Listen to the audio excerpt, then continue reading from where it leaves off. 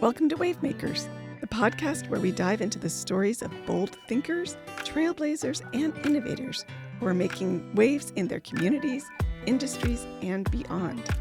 Together, we'll explore the ideas, challenges, and victories of people who are shaping the future. At Wavemakers, we bring you thought-provoking conversations with those who are pushing the boundaries, defying expectations, and creating impact in their own unique ways. While we're proudly produced by Rio Salado College, a place that values lifelong learning and community impact, this podcast isn't just about education. It's about real-world stories of passion, perseverance, and progress. So, if you're ready to dive deep into the big ideas and get inspired by those who are making waves, you're in the right place. Let's get started. Welcome to our next edition of Wave Makers. I am Michelle Reese, and I am your podcast host for today. We are welcoming back, I may say, a former Rio Salado student who is an inspiration to many of us here. I'm going to ask her to introduce herself, tell us a little bit about her Rio journey, when she got started, her degree, and then we'll go into what she's doing now. So welcome, Kesha. Thank you, Michelle. I really appreciate you all having me. Again, I'm Kesha Shelton. I usually go by Kesha for short. Well, tell me a little bit about your Rio Salado journey. When did you get started, and what is your degree in, and when did you graduate? Okay, so I started Rio Salado in the fall of 2022. I majored in early childhood education. I received my associates from Rio. And what was the last question? I'm sorry. When did you graduate? Oh, I graduated actually May of 24. Wow. Yes, May of 24. And I actually was the Graduate Marshal that day, so it was an extra special experience. It was such a fun day. I remember seeing you and your family, and they were just absolutely overjoyed for you. Ecstatic. They were super excited and just very happy for me. Now, I know you've got, I believe, 2 young boys at home. Tell me a little bit about family life. Okay, so I am a mother of 3 children. I have a daughter that is a senior this year in high school, and I also have 2 sons that are elementary students. One is in 5th grade and the other is in 3rd grade. So yes, my life is very busy with being a mom and, being a student and working. But yeah, they definitely keep me very busy. Well, as you think back to that, going back to 22, you're a single mom, you've got kids, you're working. What did it feel like when you hit that enroll button, when you said, you know what, I'm doing this? How did you feel?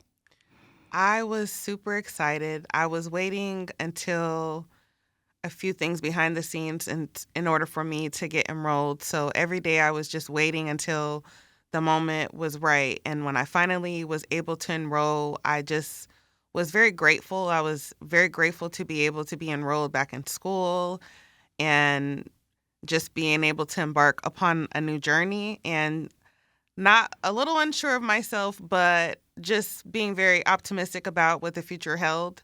But I was really excited. You said you were waiting for the moment to be right.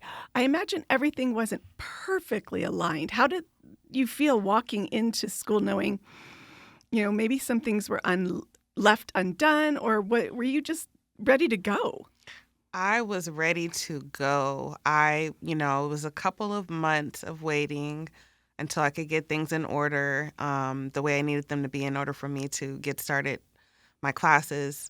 And once I got the green light and met with a few advisors and, buckled down and determined what I wanted my major to be, that was when I knew I was ready. I did a little bit of, searching as in regards to finalizing my major and met with different, advisors. And then once I finally narrowed it down and I realized what I wanted to do, then it, became to be more, like real, like it was really happening. Walk me through that experience. Tell me a little bit about what people may not have seen, what was going on behind the scene as you tried to balance school and work. What was it like at home? So I would take my children to school. I did, obviously Rio is online, so I would, make some kind of breakfast and then I would sit down. And a lot of times I was sitting down almost like a regular, typical work day, sitting down from like 8 o'clock to maybe 4:30, 5. Um, just working very diligently, just working, all the way through, maybe, getting up, taking a stretch break, maybe grabbing a quick bite to eat. But for the most part, I knew very early on I had to be very diligent in my efforts and be very meticulous with the way that I essentially curated my day. So as far as being on a set schedule, still flexible, allowing for life, but I did have to be very disciplined and make sure that I followed a similar routine every day, I would say. That probably made all the difference. But okay, let's get a little real. Were there times you thought, what am I doing? And how did you get yourself through that? I had some moments, where I would be, burn out. It felt like I was burning the candle at both ends. Maybe one of my children might have been sick and I had to step away from my studies, and because I'm a parent first, I'm a parent first and I'm a mother first before anything, before I'm an employee, before I'm a student. But the thing that I like about Rio Salado is that I can do it on my own time. I've done in-person school before and it's not really my cup of tea, but it is something that is really important to know what kind of learner you are and to know what kind of lifestyle that you have. And so I honestly will say that the structure that Rio Salado has in place, it gave me the foundation in order for me to be successful. It left room for life. It left room for the unexpected. It left room for those days where I just want to crawl in bed and just put my covers over my head. The online school, it was really the best option for me, especially with me being an adult learner and raising a family and also, working as well. So Rio Salado just worked very well with me as a person individually. If you were to look back at, a younger self, knowing what you know now and what you've gone through, what advice would you have given yourself? Look at the rubric. Look at the rubric when your teachers and your instructors, when they ask you to, have some form of assessment or to express your understanding of a concept, and they have a specific rubric and they tell you what you need to do in order to get, full credit or also to be able to have, I guess your work would be considered like exemplar. So I would say look at the rubric. And the other thing that I feel like is really important, even now, with me being in school again, is take some time before the semester and just introduce yourself with your teachers. Just say, hey, I don't know if you have time or not. Is there any chance I could meet with you just for a Zoom meeting right before class or before, classes begin? Because with online, it's a little bit different. You're not going to the classes in person. So you really have to assert yourself in order to establish a rapport with your instructors and your professors. So I would definitely say, just break down that wall of communication and start to get to know the people that you encounter along your journey educationally. You and I have talked before, and you've encountered a lot of people at Rio that have really provided a great deal of support. Tell me, first of all, how you made those connections and then how that helped you get through.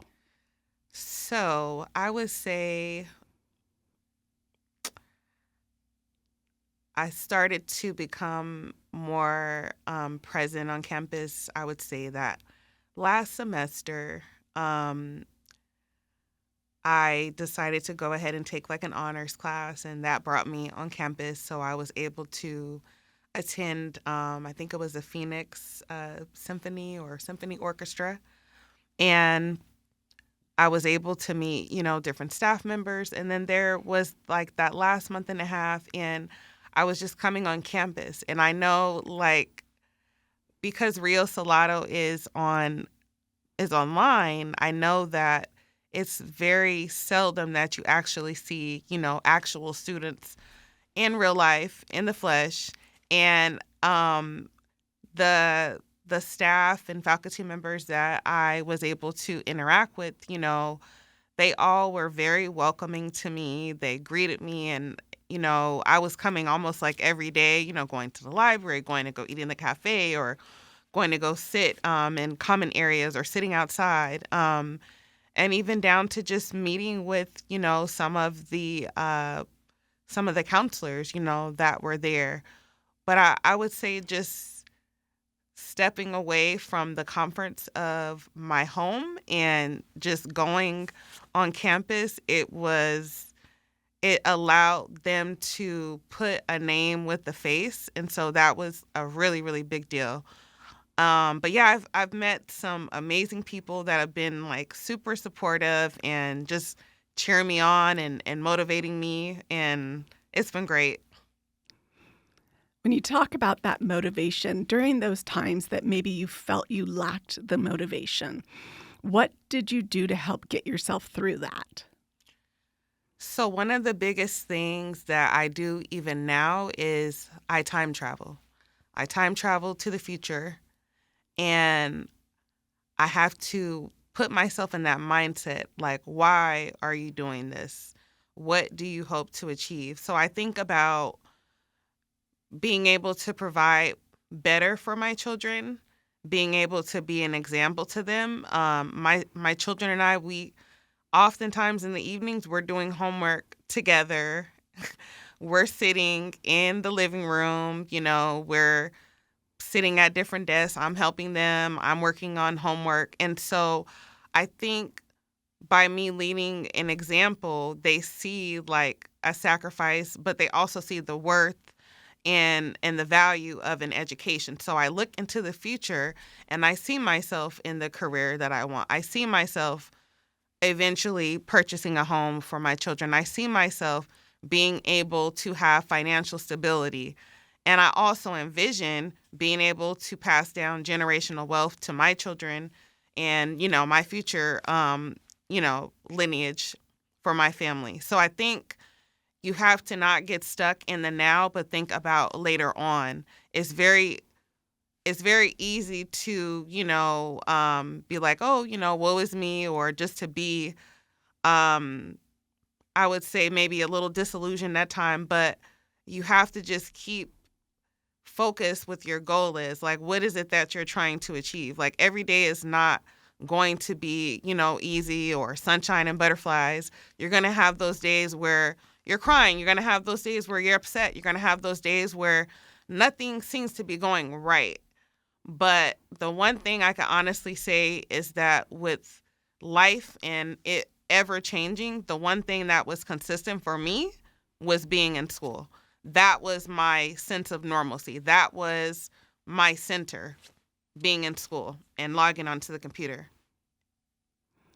You've just made such an accomplishment. We haven't even touched on where you are now and what happened when you left Rio. Tell me a little bit about the last year.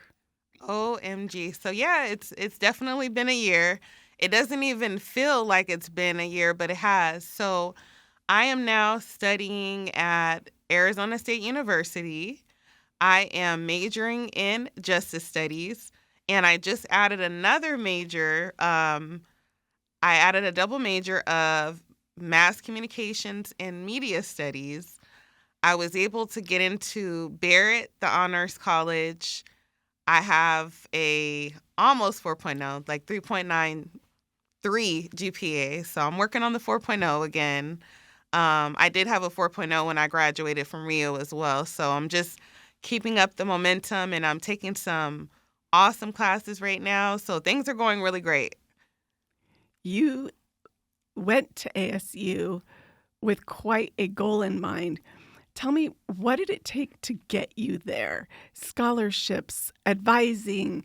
I'm sure there was a long list. And when did you start planning that? So the main the main event that happened that allowed me to see beyond Rio Salado and figure out the next step was when I was recognized by Phi Theta Kappa and the Arizona Board of Regents, and I was selected at Rio Salado as the All Arizona Scholarship recipient. And so that allowed for me to have my tuition taken care of as far as, the time that I'm at ASU.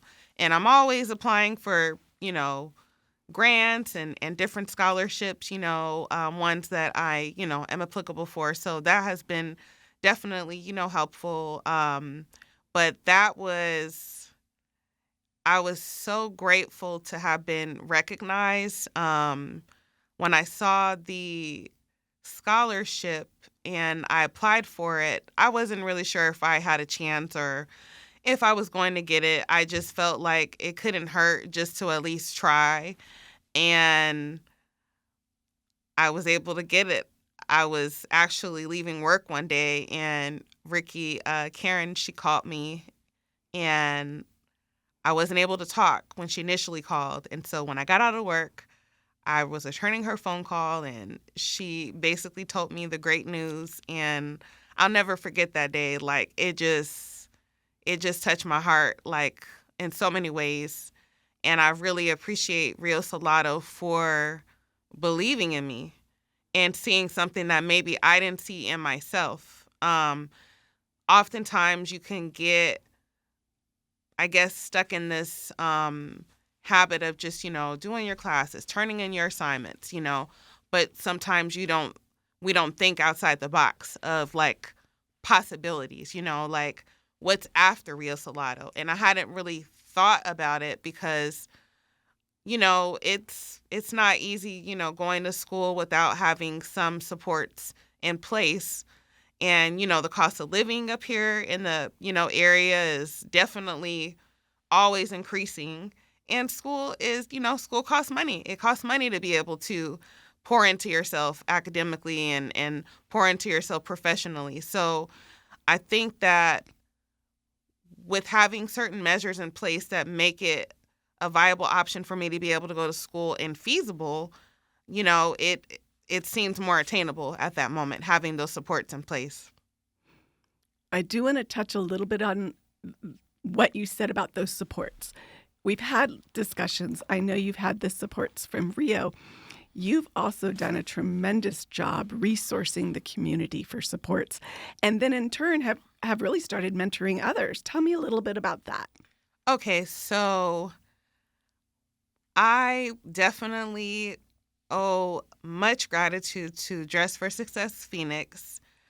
I was able to receive the support while I was in school at Rio Salado. I'm going to circle back to them, but I want to just name off a few more organizations.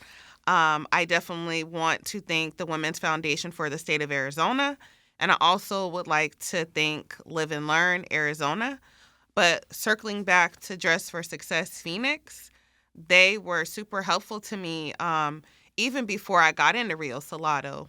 When I first moved to the area, I had all my stuff like in storage. I was still, getting settled, and I was able to obtain, additional professional apparel for interviews and, professional clothing while I was on the job. And so when I found out that they were helping support a cohort of single mothers, the Pathways for Single Mothers program, like, it had my name all over it. I couldn't, not apply for it. So I was selected within a special cohort of women, and they provided us, support, all the way around, from taking care of our tuition, our books, making sure that we could make ends meet, making sure we had wraparound services as far as case management. They even gave us a laptop, a brand new laptop, so we could, get started.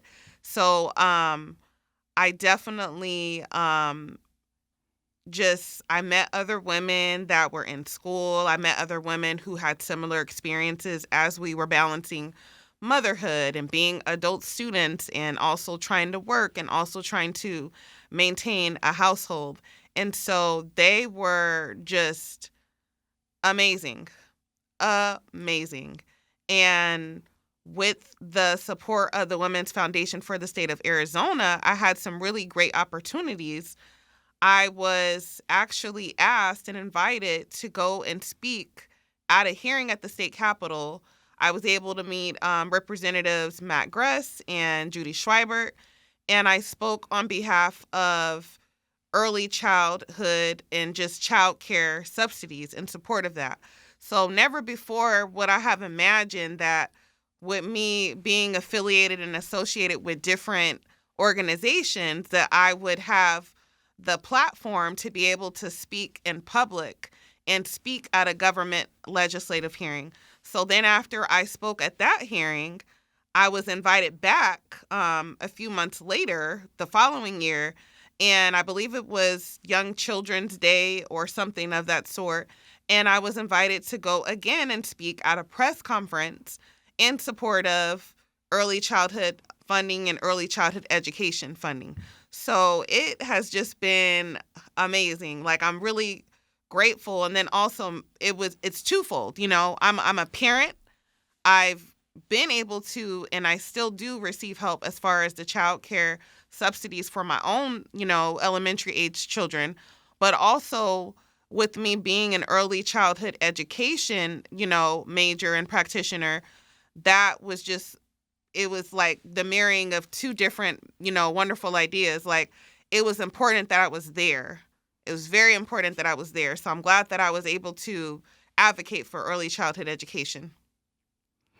I am definitely speaking to a passionate person, and I love that. Thank you. I've heard adult learner. I've heard mother. I've heard advocate. I've heard Rio Salado graduate. You talk about your future. What titles will you hope to be adding? So ultimately, I would like to get a master's in educational leadership, K-12 principal. I would like to start out in a public school setting and being an administrator, starting off as an assistant principal, getting that, experience, and eventually becoming a principal. After getting that experience, I would like to move on to either being the director of an educational program at a detention center or at a correctional facility. Upon finishing that, I would like to go back and get a doctorate in educational policy. Some of the things I'm very passionate about is equity in education. I definitely want to disrupt the school to prison pipeline.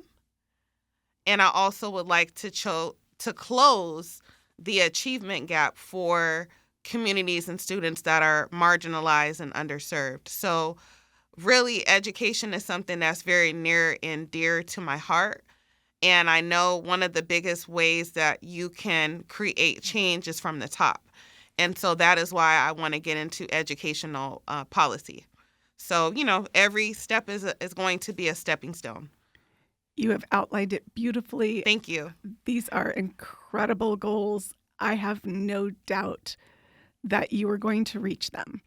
I really appreciate that. Thank you. You are so welcome. Thank you for inspiring us. And I know the young people of the world are going to have a wonderful, fearless leader when you join their school system. Thank you for that.